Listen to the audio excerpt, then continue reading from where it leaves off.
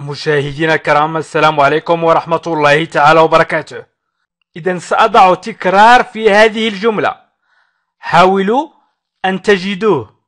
J'ai voulu offrir le café à Marie, mais Marie n'a pas voulu.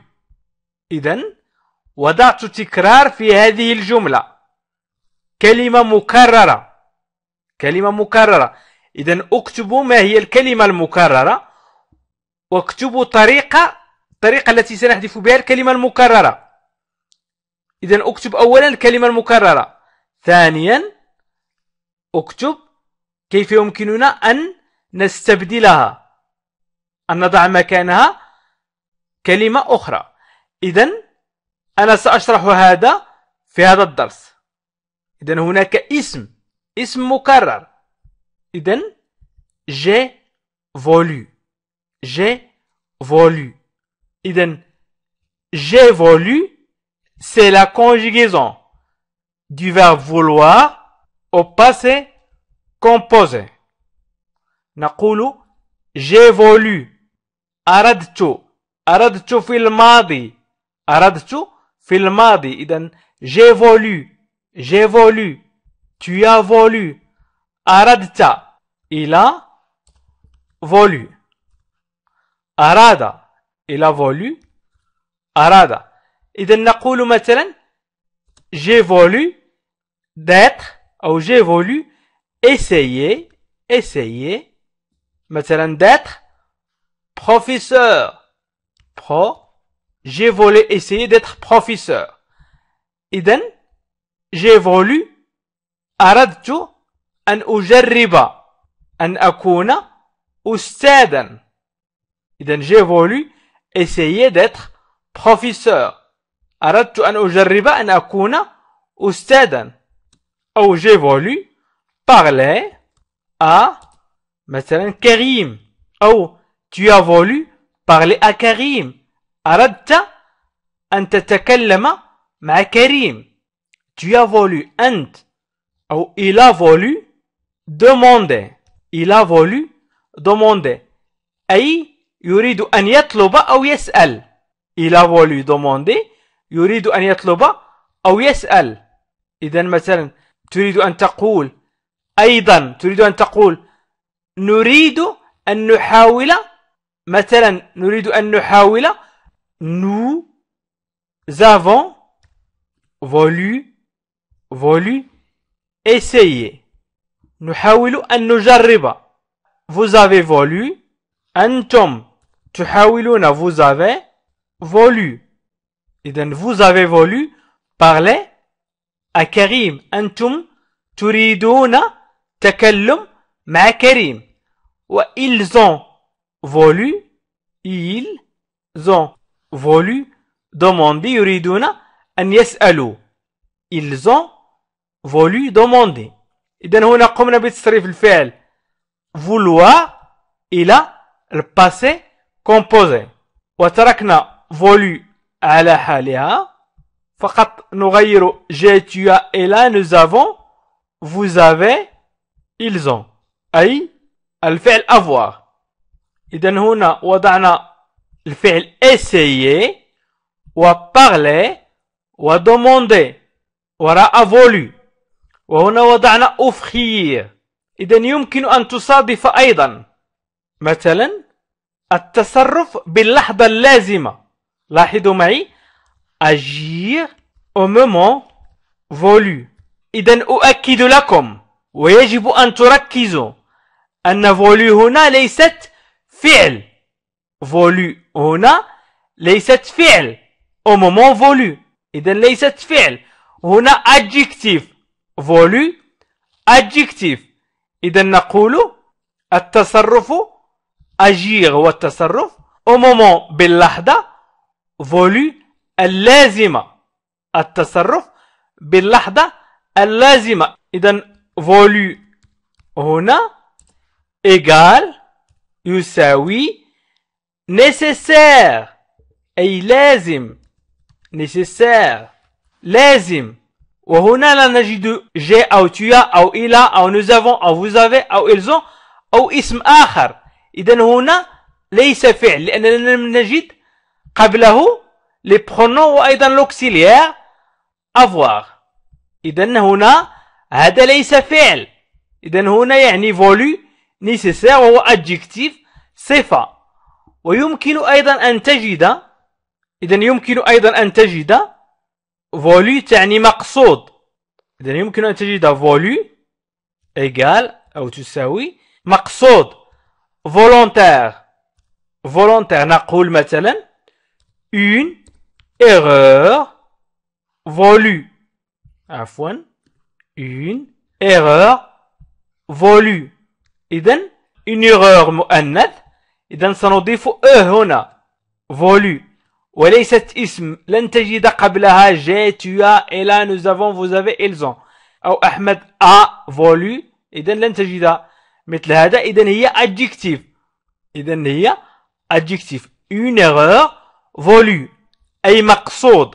voulu هنا مقصود وهنا nécessaire أي لازم. إذن لكي لا يختلط عليكم الأمر عندما لا تجدوا قبل voulu j'ai tu as et là nous avons vous avez ils ont أو لا تجدوا مثلا a أو on أو إذن فنحن نتكلم عن adjectif أي صفة. adjectif صفة. إذن offrir c'est un verbe transitif أي فعل متعدي وليس لازم. هناك أفعال متعدية وأفعال لازمة. الفعل المتعدي هو الذي يجب دائما أن نضيف له المفعول به. إذن offrir دائما يتطلب أن نضعه في الجملة مع المفعول به. إذن offrir نقول أهدى أو عرض أو قدم. إذن يساوي donner أعطى.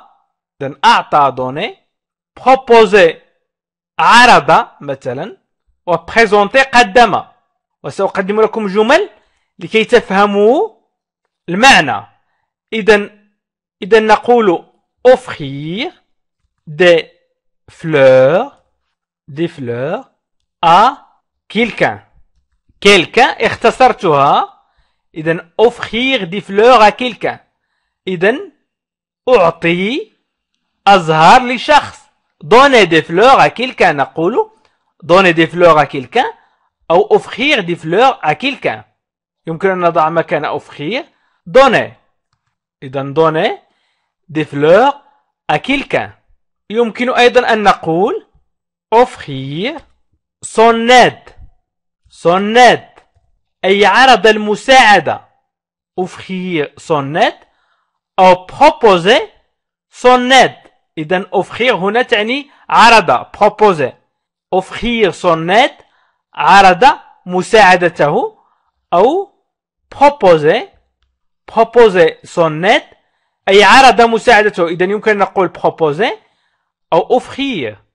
ونقول أيضا offrir un intérêt. offrir un intérêt.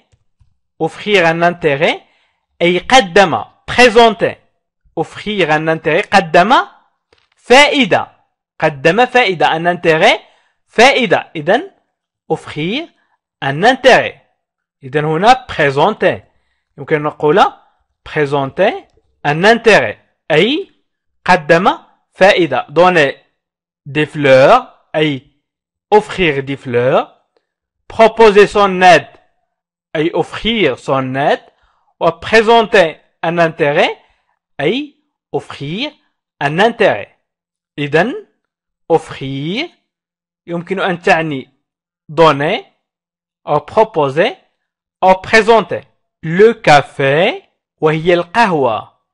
le café القهوة. a إذن le café c'est un nom masculin أي اسم مذكر. و a préposition. a préposition أي حرف جر. ماري وهي مريم. مريم. إذن j'ai voulu offrir le café à Marie. mais تعني لكن. mais Marie لاحظتم أن ماري هو الاسم الذي كرر. ماري n'a pas voulu. n'a pas voulu. إذا ماري n'a pas voulu. لاحظوا معي هنا a voulu. a voulu. إذا هو تصريف للفعل vouloir au passé composé. قلنا j'ai voulu, tu as voulu, il a voulu. أي أرادت. ولكن ما دمنا أضفنا ne pas فنحن نتكلم عن نفي. لم ترد. لم ترد في الماضي. لم ترد. إذن كيف يمكننا أن نستبدل ماري؟ هنا ماري الثانية يجب أن تحذف. إذن كيف يمكننا أن نحذف ماري الثانية؟ مثلا سنقول j'ai voulu lui offrir le café mais Marie n'a pas voulu. إذن يمكن أن نقول هكذا أو يمكن أن نقول j'ai voulu offrir le café à Marie mais il n'a pas voulu. mais il n'a pas voulu. إذن ماري الأولى بقيت على حالها. إذن ماري الأولى بقيت على حالها وماري الثانية حذفت ووضعنا مكانها آل وليس إيل. إيل للمذكر وآل للمؤنث. آل. إذا قلنا كريم فسنقول إيل. وإذا قلنا ماري أو فاطمة أو نادية سنقول آل. إذن j'ai voulu a voulu.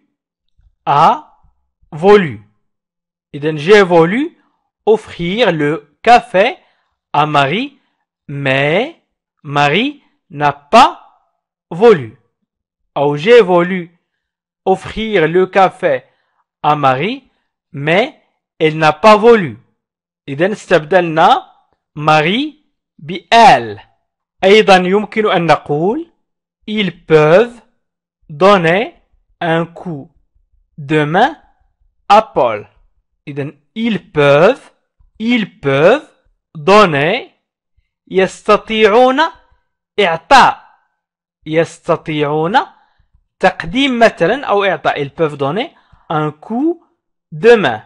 un coup de main أي مساعدة.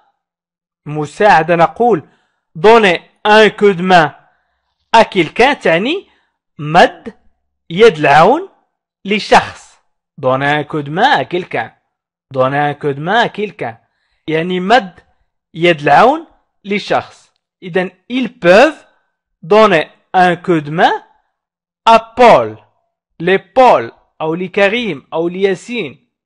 كما لو أننا نقول un coup de main يد المساعدة. un coup de main. ils peuvent donner un coup de main à Paul. إذن ils peuvent donner سيعطونا. هم سيقدمون. نقول je peux أستطيع أو يمكنني. tu peux تستطيع أو يمكنك. il peut يستطيع أو يمكنه. je peux essayer. يمكنني أن أجرب. je peux essayer. ويمكن أن أقول je peux essayer وأضع علامة الاستفهام. إذن في نبرة الصوت أظهر أنه سؤال. je peux essayer. يمكنني أن أجرب. je peux essayer. إذن يمكن أن أطرح السؤال أو يمكن أن أضع جملة إخبارية. أو tu peux le garder. يمكنك الاحتفاظ به. أو il peut payer par chèque. il peut payer par chèque. يمكنه الدفع بالشيك. إذن il peut payer par chèque. ويمكن أيضا أن نقول je peux venir أو est-ce que je peux venir. هل يمكنني أن أأتي. إذن je peux يمكنني أو أستطيع. tu peux يمكنك أو تستطيع. il peut يمكنه أو يستطيع. إذن ne pouvons essayer. Pouvons essayer. Vous pouvez essayer. Vous pouvez essayer. Ils peuvent essayer. لاحظوا أن في nous نضع au نضع الفعل pouvoir كما هو وفي ils نضع e. إذن ils peuvent كما هي في المثال. Ils peuvent donner un coup de main à Paul. Ils peuvent payer par chèque. Ils peuvent payer par chèque. أو ils peuvent essayer. Ils peuvent le garder. إذن يمكن أن أضع مجموعة من الجمل باستعمال الفعل pouvoir. إذن هنا قمنا بتصريف الفعل pouvoir إلى الحاضر. Ils peuvent donner يمكنهم أن يقدموا donner un coup de main. إذن هنا قمنا بتصريف الفعل pouvoir au présent. Un coup de main قلنا يد المساعدة. donner un coup de main تقديم يد المساعدة. Paul l'épaule. يمكن أن نقول إذا أردنا أن نحذف Paul نقول ils peuvent lui donner un coup de main. Ils peuvent lui donner un coup de main. إذن Paul هنا وضعنا مكانها lui. Ils peuvent lui donner un coup de main. إذن lui يمكن أن نستعملها في جمل عديدة لكي تظهر لكم أنها له أو إياه. نقول هنا ils peuvent lui donner un coup de main. يمكنه أن يقدم المساعدة له. إذن نقول c'est à lui. إنها له أو هذا له. c'est à lui. إذن هذه اللعبة له. c'est à lui. أو نقول il est chez lui. il est chez lui. إذن c'est à lui أو il est chez lui. il est chez lui. il est هو. chez عنده. هو أو في بيته. il est chez lui.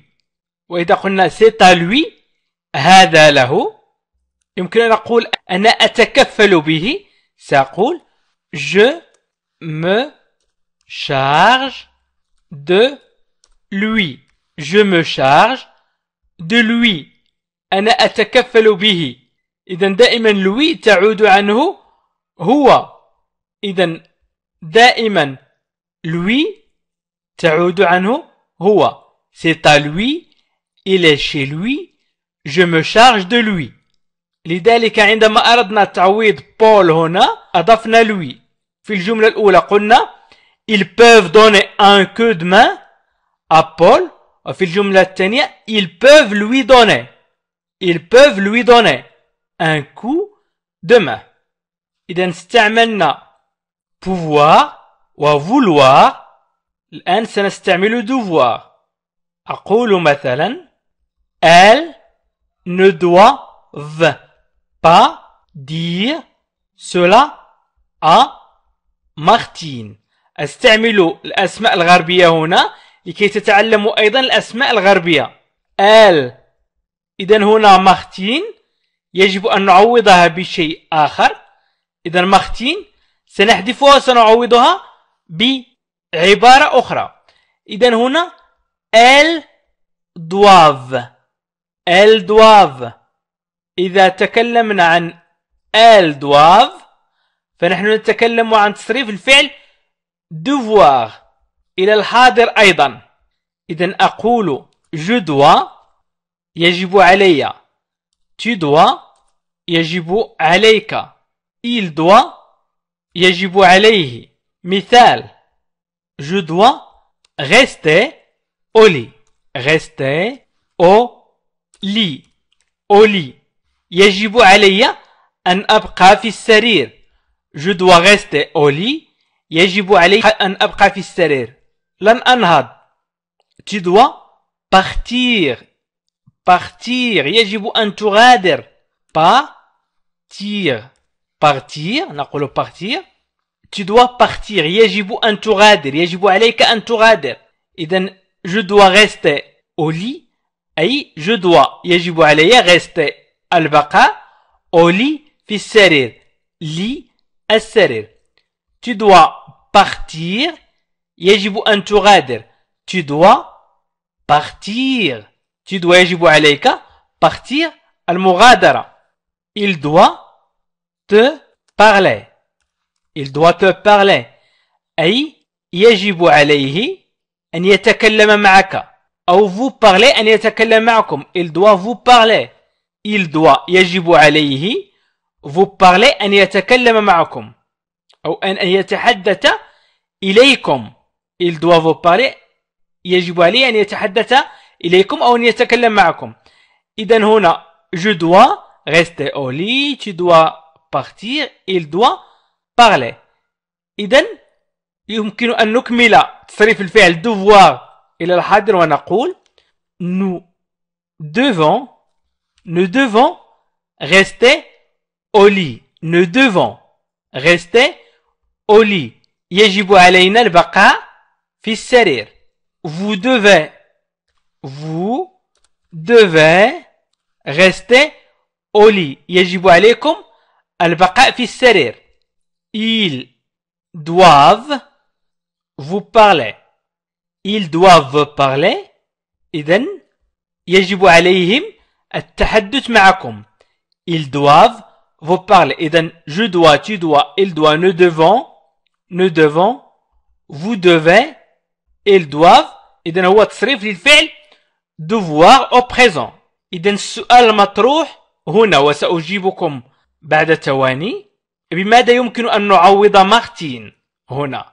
بماذا يمكن أن نعوض مارتين؟ إذن أجيب في التعليق. وهذه الأداة التي سنعوض بها مارتين استعملتها من قبل.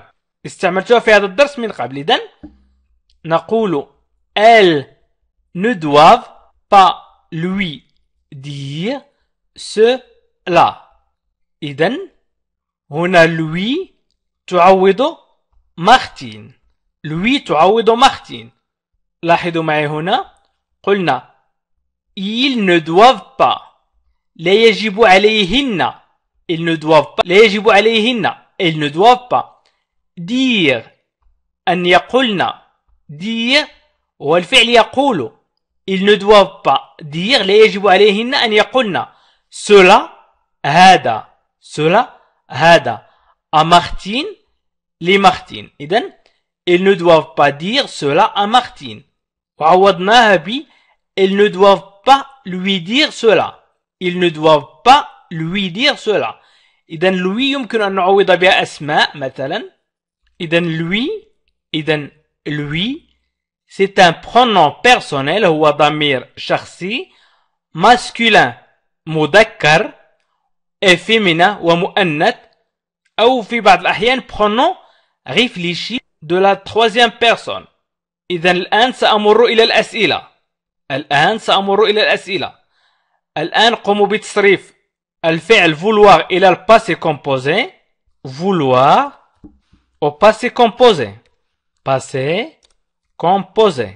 إذن لقد قمت بتصريفه في أول درس إلى الباسي composé. أنتم حاولوا أن تقوموا بتصريفه بدون غش. يعني بدون أن تعودوا إلى الدرس. حاولوا أن تقوم بتصريفه وبعد ذلك عود إلى الدرس ولاحظ هل جوابك صحيح أم لا. وأيضا قوموا بتصريف الفعل pouvoir إلى الحاضر au présent. وأيضا حاولوا تصريف الفعل devoir إلى الحاضر أيضا. إذن من السهل بمكان أن تقوموا بتصريف الفعل pouvoir وdevoir وvouloir. إذن vouloir إلى الباسي composé الماضي المركب وpouvoir إلى الحاضر ودوفوار إلى الحاضر. إذن قوموا بتصريف هذه الأفعال. حاولوا أن تجيبوا عن الأسئلة بدون نقل من الفيديو. يعني حاولوا أن تجيبوا عن الأسئلة بنفسك. إذن فولوار شرحته في أول الدرس أو باسي كومبوزي. بوفوار شرحته في وسط الدرس. دوفوار في آخر الدرس. عزيزي المشاهد، ادعمونا بالضغط على اشتراك وفعل الجرس ليصلك كل جديد واضغط على جيم. وشكرا لكم.